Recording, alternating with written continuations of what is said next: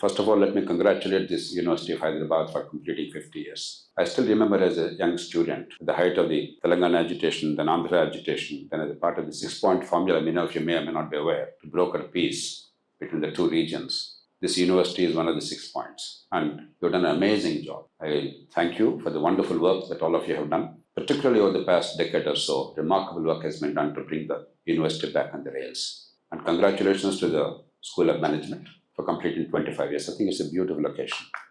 It's a legitimate year going to.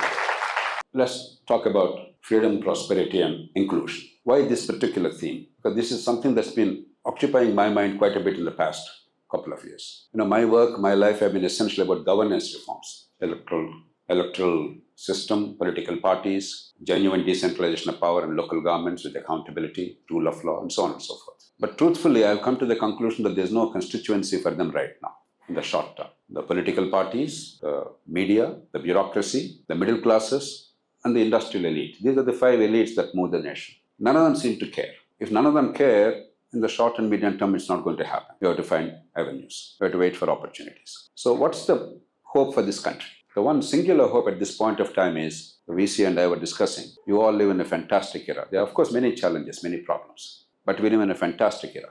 Just 25 years ago, even 20 years ago, 15 years ago, we didn't have power. During the course of this meeting, maybe there would have been 2 or 3 power outages, even here, let alone small towns and villages. 30 years ago, we didn't have a mobile phone.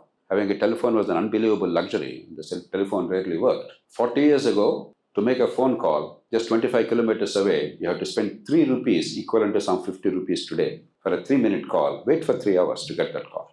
If you want an instant connection, you had a lightning call, you paid 8 times the tariff, 24 rupees. For a 3-minute call, for a 30-kilometer distance, equivalent to some 250 rupees now. Just imagine. Digital technology was unheard of. Television, I still remember, my colleagues and I traveled in 1982 to watch the Asia finals. India and Pakistan were playing the finals, hockey. I was in Vizag district. So all my colleagues, the collector, the district and others, they all came down to my place in the subdivision in Narsipatnam, had lunch with me, and together we traveled to Kakinada. Why Kakinada? In all of the then Andhra Pradesh, Hyderabad being a big city had television. Kakinada had television, not Vizag, not Vijayawada, not Warangal. Why? Because the MP from Kakinada happened to be the minister in charge of television. He was Minister of Electronics, Mr. Sanjeev Rao. So he made sure that his town got television. So we drove all the way to Kakinada to watch the match. And of course, by the time we went there, India lost 7-0, sadly. But the point I'm making is the things we take for granted today have happened only because of the rapid progress. It is a unique feature of the 20th century and 21st century globally. And at long last, after missing many opportunities, we are trying to catch up a little bit. We are still far behind.